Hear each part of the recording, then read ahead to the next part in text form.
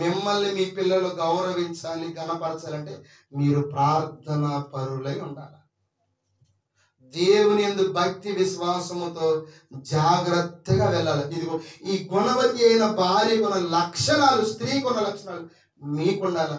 మీ కొడుకు ఎంత స్థాయిలోకి వెళ్ళండి, ఎంత ఉద్యోగమైనా చేయని, ఎంతటి హోదాలైనా ఉన్నాయి. ఏమంటే జగన్ గారు వాళ్ళ అమ్మంటే భయమా, లేకపోతే అమ్మదేముందంట అరా? ఏముంది ఆ చేతిలో? కత్తే, తుపాకీ. ఏముంటుంది ఆ చేతిలో? బైబిల్ నుంచి ఉంటుంది. ఎప్పుడో ప్రార్థన చేస్తుంది. అవునా కాదా? ఎందుకు భయం? తల్లి అంటే జగన్ గారికి అమ్మ, మా అమ్మకు భయపడిపోతే మా అమ్మ ఏమన్నా అంటుందేమో, తుపాకీ తీసుకొని కాల్చిద్దేమో, లేక ఆస్తిలో భాగం ఇదేమో. దానికైనా ఎప్పుడు నిత్యం బైబిల్ చేతిలో ఉంటుంది. యేసు ప్రభు అంటే భక్తి తన గుండెల్లో ఉంది. ఎప్పుడు కొడుకు కోసం, కూతురు కోసం, మనవల కోసం, పిల్లల కోసం మోకరించి దేవుని సన్నిధిలో ప్రార్థన చేస్తుంది. ఇంకెందుకు భయపడరు చెప్పండి? సీఎం అయితే ఏంటి, పిఎం అయితే ఏంటి, ఏదైతే ఏంటి, తల్లి గొప్ప భక్తి పర్రాలి, ప్రార్థన పర్రాలి అయితే వాడు ఏ స్థాయిలో ఏ స్థితిలో ఉన్నా తల్లి ముందు కొడుకే, లేకపోతే లెక్క చేయనే చేయడు.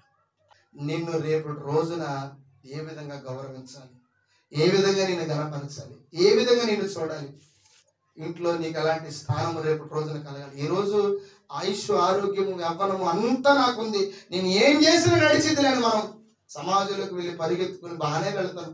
రేపటి రోజున ముసలోళ్ళు అయిపోతాం. తర్వాత ఎవరు పెడతారు ఒక ముద్ద? చెప్పండి. తర్వాత ఎవరు పెడతారు ఒక ముద్ద? ఏమంటే బలమంతా ఊడిపోయిన తర్వాత, నడవలేని పరిస్థితి మనం వచ్చిన తర్వాత నిజంగా రోడ్లు పాలైపోతే ఎంత అవమానకరమో, ఎంత బాధాకరమో, ఎంత బాధాకరమో. కాబట్టి ఆ స్థితి నీకు రాకుండా ఉండాలని అంటే నిత్యము నువ్వు ముసలితనం ముందు వచ్చినా కానీ నీ పిల్లలు నేను ఎలా చూస్తా తెలుసా?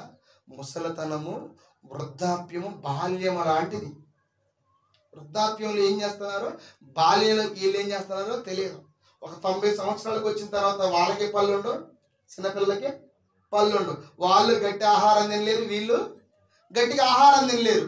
వాళ్ళు పడుకోవటమే మనసులో, వీళ్ళు పడుకోవటమే. చిన్న పసిపిల్లలు లాంటి వాళ్ళు వృద్ధాప్యంకి వచ్చిన తర్వాత అలాంటి వాళ్ళని చూసేవాళ్ళు ఉన్నారు, బయటకు పారేసే వాళ్ళు ఉన్నారు. బోలెడు మంది పోయిన వాళ్ళు ఉన్నారు, బోలెడు మంది కళ్ళ ముందు కనపడుతున్నారు. ఆ స్థితి మనకు రావద్దు.